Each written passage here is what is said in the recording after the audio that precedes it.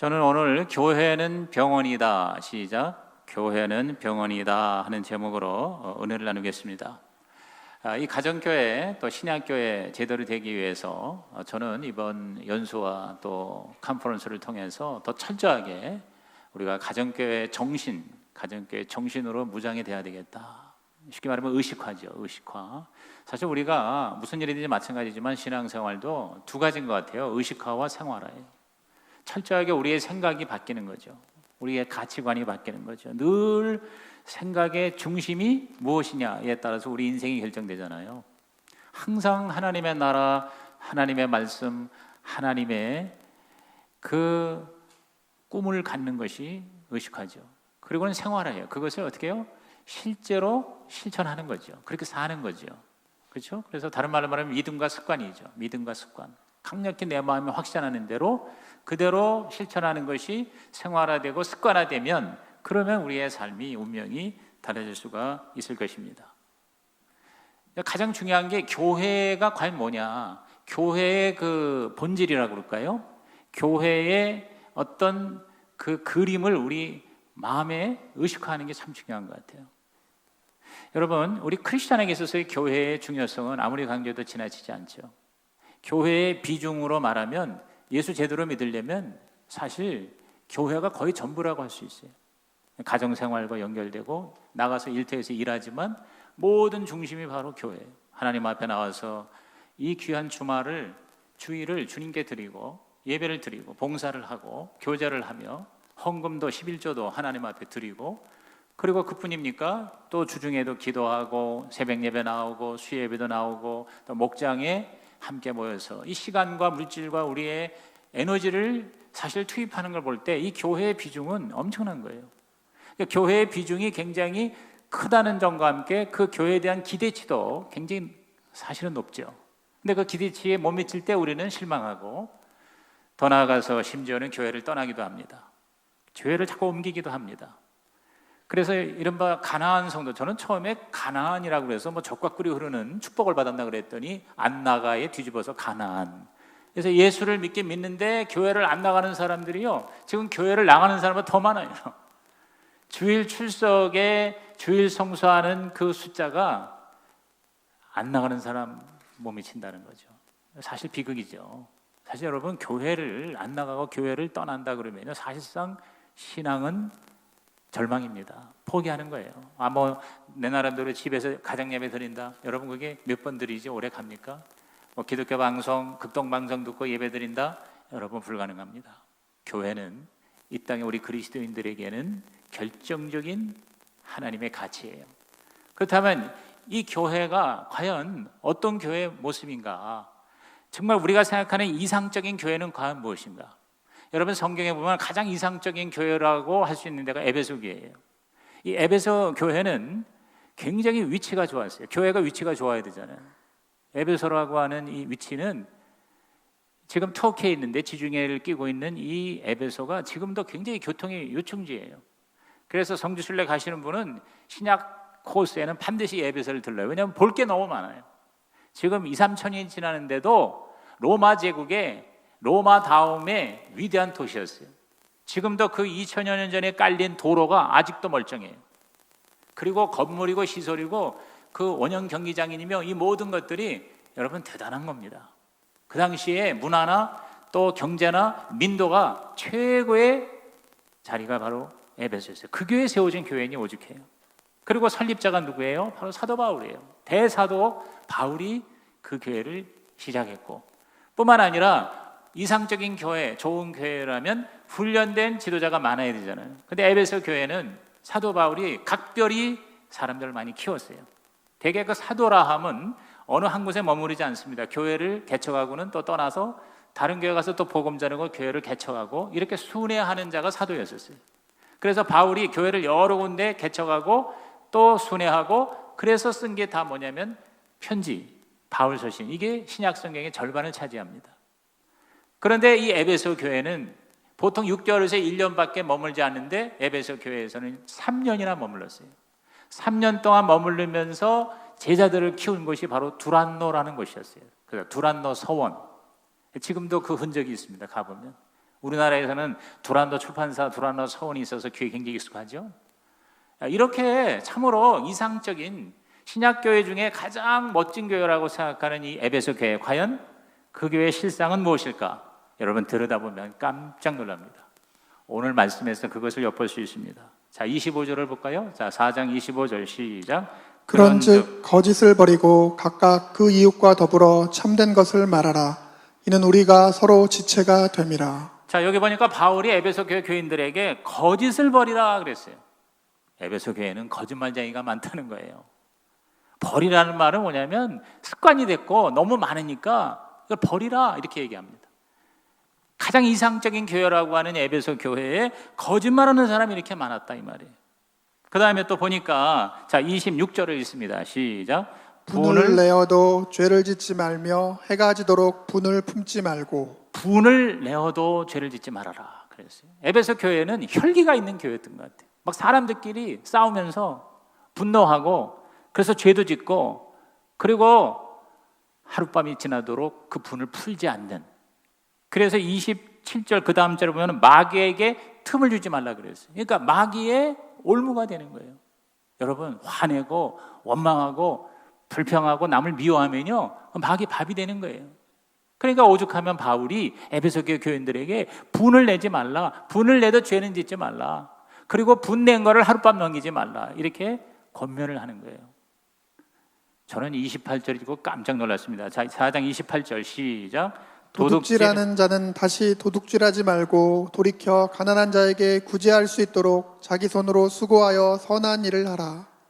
도둑질하는 자는 도둑질하지 말라. 이게 무슨 얘기입니까? 에베소 교회에 도둑놈이 많다는 얘기예요. 어떤 상황인지는 모르지만 어쨌든 도둑질을 많이 하니까 도둑질을 하지 말아라 그러면서 오히려 자기 손으로 돈을 벌어서 뺏지 말고 좀 주는 삶을 살아라. 저는 이 말씀을 준비하면서 야 우리 성수교회는 그래도 참 괜찮다 생각했어요. 우리 교회에서 뭐 도둑질하는 사람 없거든요. 제가 죽전에서 한번 여기서 한번 제 책상에 있는 거 누가 가져간 거 도둑질 맞은 거는 내가 경험이 있어요. 누군지는 모르겠고 그렇게 습관적으로 도둑질하는 사람은 우리 교회에 전혀 없습니다. 그런데 에베소 교회는 도둑질하는 사람이 있었기에 바울이 도둑질하지 말아라. 그리고 더 많은 상황이 뭐냐면 29절입니다. 다 같이 29절 시작. 무릇 더러운 말은 너희 입 밖에도 내지 말고 오직 덕을 세우는데 소용되는 대로 선한 말을 하여 듣는 자들에게 은혜를 끼치게 하라. 에베소 교회는요 더러운 말을 많이 한 것 같아요. 욕하고 쌍소리하고 싸우고 그랬던 것 같아요. 그래서 30절에 보니까 성령을 근심하게 하지 말라. 하나님의 성령이 걱정하고 근심할 정도로 막 이렇게 뭐 서로 시시비비 가리고 싸우고 욕하고 모이면은 막 그냥 비난 비평 불평하고 그랬던 것 같아요. 그런 것들이 31절에 이렇게 요약이 되어 있습니다. 모든 악독과 노함과 분냄과 떠드는 것과 비방하는 것을 모든 악의와 함께 버리라 그랬어요. 버리라는 말은 지금 에베소 교회에 이런 일들이 굉장히 많았다는 것을 우리가 충분히 알 수 있죠. 여러분 성경에서 가장 이상적인 교회라는 교회가 우리가 생각하는 것처럼 그렇게 이상적이지 않다는 걸 여기서 발견합니다. 여러분 교회는 천국이 아니에요. 교회는 환자들, 죄인들이 모이는 병원과 같다고 할 수 있습니다. 주님이 그것을 우리에게 암시하셨어요. 주께서 뭐라고 그러셨어요? 수고하고 무거운 짐진자들아 다 내게로 오라 그랬어요. 다 내게로 오라고 부르셨어요. 교회라는 에클레시아라는 말은 부르심을 받은 자들이에요. 불러냄을 받은 자예요. 근데 주님이 불러낸 자들이 다 뭐냐? 수고하고 무거운 짐이. 또 다른 것은 이렇게 얘기했죠. 병든 자에게 의원이 필요하다 그랬어요. 건강한 사람에게는 의사가 필요 없다. 나는 건강한 사람, 의로운 자를 부르러 온 게 아니라 환자를 부르러 왔다. 나는 죄인을 부르러 왔노라 그랬어요. 그러므로 교회는 저와 여러분이 생각하는 만큼 그렇게 멋있고 훌륭하고 이상적인 곳이 아니에요. 교회는 마치 병원과 같은 곳이에요. 어쩔 수 없어서 남의 도움을 필요로 하고 와서 고침을 받아야 되고 치료를 받아야 하는 자, 죽어가는 자 살리는 곳이 바로 교회인 거예요. 병원처럼. 그러면 우리는 교회의 생각과 개념을 바꿀 필요가 있습니다. 굉장히 이기적이고 굉장히 교만하고 굉장히 건방지고 그리고 세속적인 사람들이 교회에 얼마나 많습니까? 여러분, 전도하다 보면 우리가 민망한 때가 뭡니까? 나 교회 안 가. 예수님은 내가 좋은데 교인들이 싫어서 안 가. 내가 옛날에 교회 가는데 교회가 이렇더라 저렇더라, 목사가 어떻고 장로가 어떻고, 내가 교인들한테 상처받았고 심지어 내가 사기당했어 뭐 이러면서 여러분 교회 절대 안 가 하는 사람 여러분 많이 보셨죠? 우리의 잘못도 있긴 하지만 교회에 대한 기대치 또는 교회에 대한 개념, 이것이 사실은 주님이 생각하는 것과 다르기 때문인 것입니다. 여러분, 병원 온갖 환자들이 넘치듯이 우리 교회도 마치 병원과 같아요. 병원과 같은 교회. 시작. 병원과 같은 교회. 차라리 그래서 교회는 병원이다 그렇게 얘기한 겁니다. 병원은 뭐합니까? 치료받는 곳이에요. 나도 치료받고 남도 치료하는 교회. 이게 바로 주님이 생각하신 교회예요. 자, 그래서 32절에 사도 바울을 통해서 이렇게 처방을 내리셨어요. 다 같이 시작. 서로 친절하게 하며 불쌍히 여기며 서로 용서하기를 하나님이 그리스도 안에서 너희를 용서하심과 같이 하라. 자, 이게 요절입니다. 굉장히 중요합니다. 다시 있습니다. 시작. 서로 친절하게 하며 불쌍히 여기며 서로 용서하기를 하나님이 그리스도 안에서 너희를 용서하신 것 같이 하라 그랬어요. 자, 서로 그래서 서로 불쌍히 여기고, 잘난 자나 못난 자나 서로 긍휼히 여기고 서로 용서를 해라. 마치 하나님이 그리스도 안에서 우리를 용서하신 것처럼. 그러니까 우리 다 부족하고 우리 다 못난 사람이지만 하나님이 나를 사랑하고 용서하셔서 하나님의 자녀가 되어서 하나님의 몸된 교회에 들어왔으니 우리도 하나님이 나를 불쌍히 여긴 것처럼 우리도 서로 불쌍히 여기는 곳이 교회다. 이렇게 바울이 말씀했습니다. 여러분 다 공감하시고 동의하시면 아멘 하시기 바랍니다. 그렇습니다. 꼬집어뜯고 비판하고 상처내지 말라는 거죠. 치료를 해야 된다. 병원에서 환자가 왔는데 너 왜 이래 하면서 자꾸 야단치는 병원이 아니죠. 그렇죠? 뇌출혈에 걸려서 사지가 마비됐습니다. 와가지고 치료를 받습니다. 조금씩 나아집니다. 밥을 먹는데 밥을 흘립니다. 그 밥 먹는데 흘린다고 야단치는 병원이 있습니까? 도와주는 거죠. 조금씩 나아지는 것을 칭찬해 주는 거죠. 여러분, 병원에서는 조금만 나아져도 막 박수 쳐줘요. 수술하고 나서 방구 끼면요 축제를 벌입니다. 수술하고 나서 방구를 껴야 뭐 이게 잘 된 거로 그렇게 보통 우리가 알잖아요. 상식적으로. 그렇죠? 소변을 못 보던 사람이 소변을 보면은 막 축하해주고, 저희 아버님이 한 달간 병원에 입원했을 때 소변이 안 나와서 너무 고통을 당했는데 나중에 소변에 성공을 하니까 다 간호사, 의사, 우리 가족들 다 손뼉을 치고 축하해주고 격려해주고 칭찬해준 것이에요. 그렇죠? 그게 바로 병원이죠. 교회도 바로 그와 같다. 문제가 있고 성질도 안 좋고 인품도 별 볼 일 없는 사람이 와서 그거를 내가 고쳐보겠다고 왔는데 자꾸 그것을 지적을 하거나 그걸 가지고 뭐라고 이야기하면 치료가 불가능해진다 그 말이죠. 정말 교회라면 부족하고 모자랄지라도 그거를 나무라는 대신에 그거를 품어주고 이해해주고 그거를 고쳐주는 교회, 그게 바로 저와 여러분의 교회가 되기를 주님의 이름으로 축복합니다. 한 달에 한 번 나와도 칭찬해주고 인사를 안 하던 사람이 주님의 은혜를 받고 인사 한 번 하게 되면 그것도 격려해주고, 이게 바로 병원과 같은 교회다. 더 아프게 하지 말고 치료해주고 살려줘야 된다. 여러분, 병원은 결국 두 그룹이 있죠. 대부분이 환자고 그 다음에 의사와 간호사와 직원이죠. 이 스텝지는 그 환자를 돌보고 치료하고 섬기는 일을 하죠.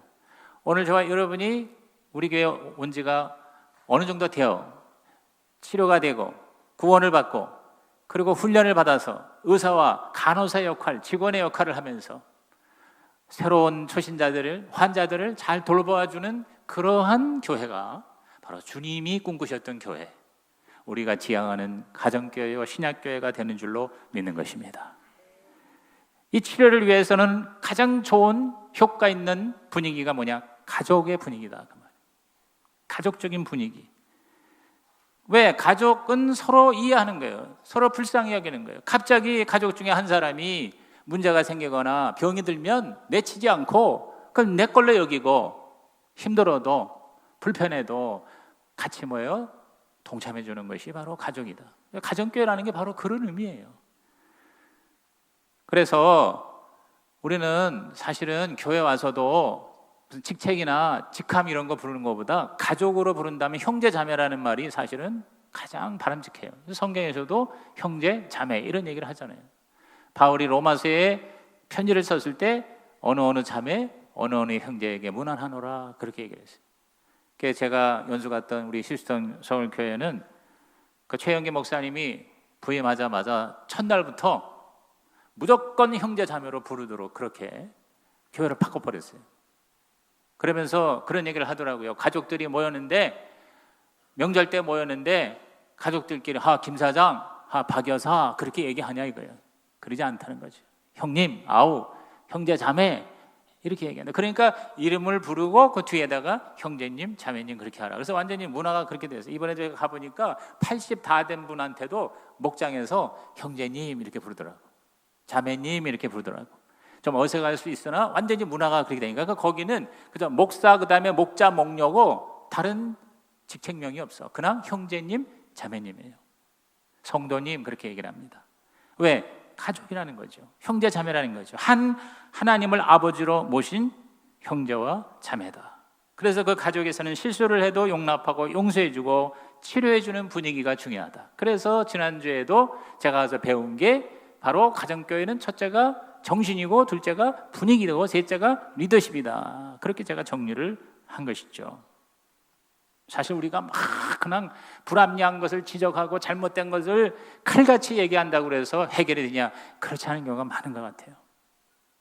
저도 많이 해봤는데 별로 효과적이지 않은 것을 솔직히 고백합니다. 이번에 제가 경주에서 컨퍼런스 하는데 아마 사상 최대 20년 동안 봄, 가을로 목회자 가정교회 컨퍼런스를 하는데 가장 많이 모였어요. 960명인가 한 1000명 가까이 모였어요. 그래서 호텔 하나가 안 돼서 호텔 2개를 동시에 쓰면서 했는데 그러다 보니까 이 강의실이 모자라는 거예요. 크게 2가지인데 전체 집회하고 그 다음에 분과별로 삶 공부를 이제 교육을 받아요. 그래서 17개인가 한 20개 가까이 삶 공부가 이제 오픈이 됐어요. 우리 교회에서 제가 생명의 삶을 하고 그 다음에 새로운 삶을 했잖아요. 이제 확신의 삶과 그 다음에 경건의 삶을 제가 가서 배웠는데 그걸 이제 내년에 개설하려고 그래요. 근데 이번에 제가 부부의 삶을 선택했어요. 그러니까 내용은 참 좋았는데 강의실이 너무 열악한 거예요. 왜? 강의실이 없다 보니까 신청자는 많고 하니까 식당을 강의실로 썼는데 오죽해요. 뭐 음향도 안 좋지. 그 다음에 책상 걸상도 제대로 안 돼 있지. 근데 정말 최악이 뭐였냐면 그 큰 식당을 반을 잘라서 반은 강의실로 쓰고 절반은 그냥 칸막이만 하나 해놓고는 여기에 모든 그 간식 준비하는 봉사자들의 준비하는 장소를 쓴 거예요. 그러다 보니까 얼마나 시끄러워. 뭐 이렇게 칸막이 하나 쳤는데 뒤에서 뭐 웅성거리는 소리, 뭐 뚝딱거리는 소리, 물건 옮기는 소리, 심지어는 막 도마질을 하는 소리까지 들리는 거예요. 그러니까 첫째, 둘째, 셋째 시간 동안 굉장히 신경이 쓰이고 강사도 여러 번이나 요청을 했는데도 안 되고 그래서 우리들한테 죄송하다고 그러고 너무 열악한 장소 때문에 죄송합니다. 이제 그러다 보니까 신경이 쓰이는 거예요. 그래서 그 뒤에 있는데 3번째 강의 때는 도마질을 너무 시끄럽게 해가지고 다들 거기에 지금 귀가 글로 꽂혀 있는 거라 그래서 한 2-3분 목사님이 가서 얘기했는데 잘 안 돼. 그게 제가 좀 센시티브 하잖아요. 그래서 제가 일어나가지고 거길 가서 도대체가 여기 강의하고 교육하는 게 우선이지 우리 간식 안 먹을 테니까 만들지 말라.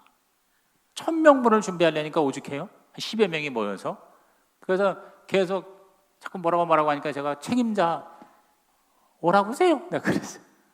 준비위원장 거기 이제 목사님인데 나중에 보니까 아마 그런 것 같아요. 그 봉사하는 여자분들이 그 교회 목녀들인 것 같아. 그런데 나중에 와가지고 자꾸 이제 상황을 얘기하는 거예요. 그러니까 너무 사람이 많고 그 다음에 과목은 개설이 많이 됐고 강의실은 부족하고 또 여기서 일하는 분들이 이 10일 동안 잠도 못 자고 돈 다 몇십만 원씩 내고 이렇게 애를 쓰는 거라고 자꾸 그러냐길래 저는 본질이 뭐냐면 와서 교육을 제대로 받아야 되려면 강의 숫자를 줄이든지 아니면 시설을 제대로 하든지 해야 되지 않겠냐. 이제 굉장히 저는 바른 얘기고 합리적인 얘기죠. 근데 이게 안 통하니까 제가 조금 강하게 어필을 한 거예요. 그 이제 나중에 그분들 다 철수하고 딴 데서 어떻게 했는지 그 강의 시간 동안은 5번 강의 중에 3번째까지는 그랬다가 4번째, 5번째는 조용했어요. 굉장히 행복했어요. 그런데 뭔가 분위기가 좀 안 좋아. 그 준비위원장 목사님이 좀 그런 것 같아. 그래서 내가 속으로 조금 더 내가 부드럽게, 조금 더 이렇게 넉넉하게, 아니면 그냥 꼭 참고 죽고 사는 게 아니니까 그냥 입 다물고 꼭 참을 걸. 이제 이렇게 내가 솔직히 하나님 앞에 반성을 하고, 그리고 내가 가서 미안하다 그러고 사진도 같이 찍고 돌아와서는 제가 메일을 보냈어요. 메일을 보내면서 너무 수고하셨는데 사실 아무리 그게 확실한 일이라도 거기에 일하시는 분들을 제가 좀 더 배려를 못한 것 같다. 그래서 제가 용서를 구한다고 그 자매님들한테 꼭 전해주시기를 바랍니다 하고 정중하게 사과로 메일을 보냈어요. 그래서 조금 마음이 편하지만 그러나 제가 새롭게 깨달았어요. 여기는 회사도 아니고 사회가 아니라 바로 교회고 다 자발적으로 와서 헌신하는데 우리가 좀 힘들고 불편해도 좀 더 배려를 하고 좀 더 다른 사람에게 치유의 은혜를 베풀어야 되는 것이구나 하는 것을 깨닫게 되었습니다. 여러분, 해리 할로우의 애착 실험이라는 교육 심리학의 실험이 있습니다. 해리 할로우라고 하는 교수가 실험을 했어요. 이제 아기 원숭이들이 있는데 엄마 원숭이 대신에 모형으로 하나는 철사로 만든 엄마 원숭이, 하나는 부드러운 천으로 만든 엄마 원숭이를 만들고 거기 가슴에다가 우유 젖병을 갖다가 꽂아놨어요. 아기 원숭이들이 와가지고 첫날은 다 이제 거기서 우유를 젖병을 빨았는데 이튿날부터는요 철사로 만든 엄마 그 모형에는 하나도 안 가는 거예요. 천으로 만든 그 엄마 원숭이 모형에 가서 우유를 빠는 거예요. 동물 세계에서도 이렇게 매정하고 날카로운 것보다는 부드럽고 넉넉한 이러한 품을 원하고 있구나. 인간관계는 더 말할 필요가 없다 하면서 이제 심리학적으로 그런 실험을 했다. 아마 여러분이 이 실험 얘기는 많이 알고 있으라고 생각을 합니다. 오늘 우리 교회에는 전혀 내가 예상하지 못하고 내가 기대하지 못한 그런 사람들이 올 수가 있습니다. 우리 그러한 사람들을 예수님의 사랑으로 품어주고 더 나아가서 치료해주는 영적인 병원이 바로 교회구나. 이렇게 동의되시기를 주님의 이름으로 부탁을 드립니다. 그러면 자, 세 번째로 치료하는 교회가 되기 위해서는 어떻게 해야 되느냐? 여기 사도 바울의 권면을 통해서 우리들은 그 치료의 방법까지도 추론할 수가 있습니다.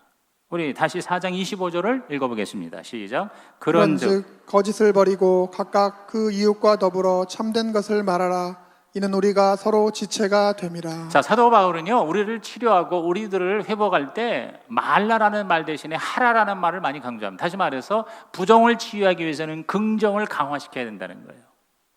긍정적으로 말하라 보다는 하라, 합시다 이렇게 얘기합니다. 자, 여기 보니까 자, 거짓을 버리고 그냥 그걸로 끝나는 게 아니라 치료가 되기 위해서는 참된 것을 말하라, 진실을 말하자. 그래서 서로 지체가 되자 이렇게 말씀합니다. 남에 대해서 안 좋은 없는 얘기, 모함 얘기 하는 거는 지체라는 건 결국 나에게 해를 끼치는 것이다. 그러니까 좋은 말, 참된 말을 하자. 그 다음에 28절 다시 읽어볼까요? 시작. 도둑질하는 자는 다시 도둑질하지 말고 돌이켜 가난한 자에게 구제할 수 있도록 자기 손으로 수고하여 선한 일을 하라. 도둑질하지 않는 걸로 끝나는 게 아니라 자기 손으로 열심히 일해서 돈을 벌어서 뺏는 자가 아니라 주는 자가 되라. 자꾸만 뭘 주는 선행을 베풀어라 이렇게 말씀하죠. 아주 적극적인 치료입니다. 그 다음에 또 29절 다시 읽어봅니다. 시작. 무릇 더러운 말을 너희 입 밖에도 내지 말고 오직 덕을 세우는데 소용되는 대로 선한 말을 하여 듣는 자들에게 은혜를 끼치게 하라. 그러니까 안 좋은 얘기, 쌍소리 이거 안 하는 거로 끝나는 게 아니라 치유를 위해서는 적극적으로 좋은 말 하라, 선한 말 하라. 그래서 은혜를 끼치게 하라 그랬어요. 저와 여러분이 긍정으로 말할 때 성령이 치유하십니다. 긍정으로 말하면 성령이 치유하신다. 시작. 긍정으로 말하면 성령이 치유하신다.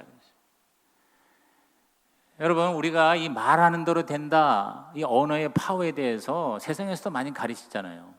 이른바 자성 예언이라고 그래서 self-fulfilling prophecy. 이게 뭐냐면 스스로 그 예언이 이루어진다는 거예요. 내가 나에게 대해서 굉장히 좋은 말을 하면 내 인생이 그렇게 바뀐다.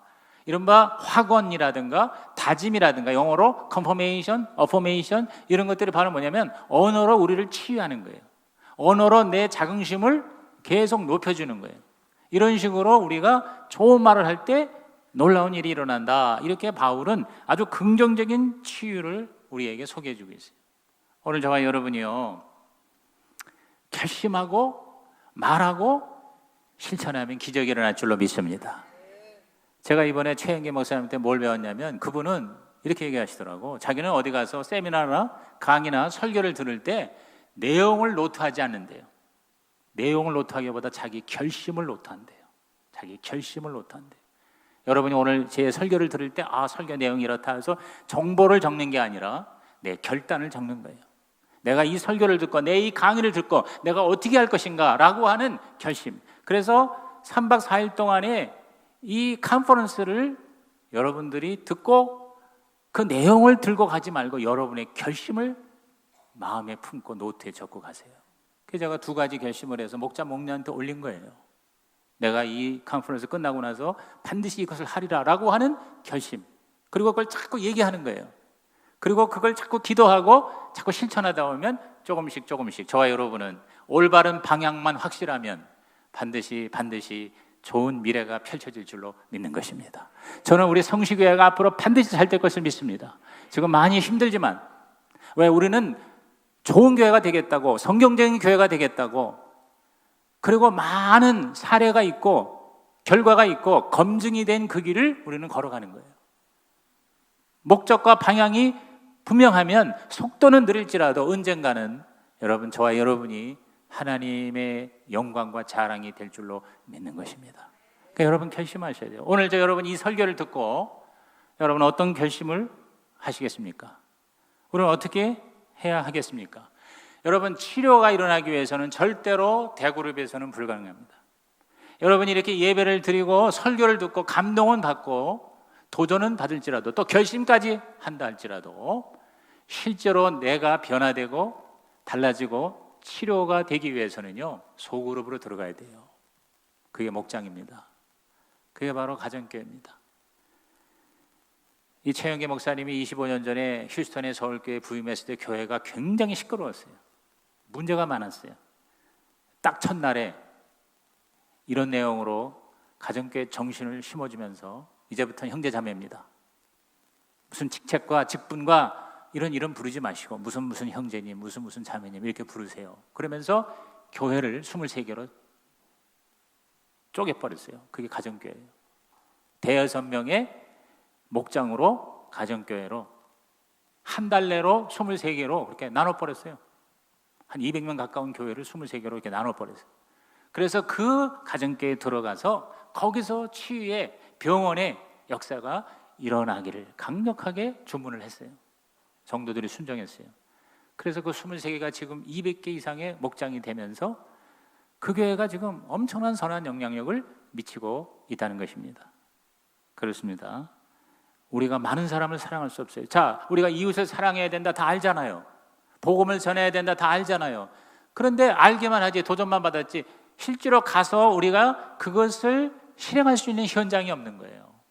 뭐 특별히 개인적으로 탁월한 사람은 뭐 할 수도 있어요. 그러나 대부분은 힘들어요. 그러고는 또 세상 일에 바쁘고 그렇게 또 바쁘게 돌다가 교회 와가지고는 또 못한 거에 대해서 하나님 앞에 죄책감을 갖고 기도하고 회개하고 다시 또 해야지 가가지고 또 못하는 거예요. 너무 막막한 거예요. 그 많은 사람을 어떻게 이웃을 사랑하란 말이냐. 근데 여러분 목장이라는 가정교회라는 작은 공동체 안에서는 그 몇 명만 내가 사랑하면 되는 거예요. 그들을 내가 섬기는 거예요.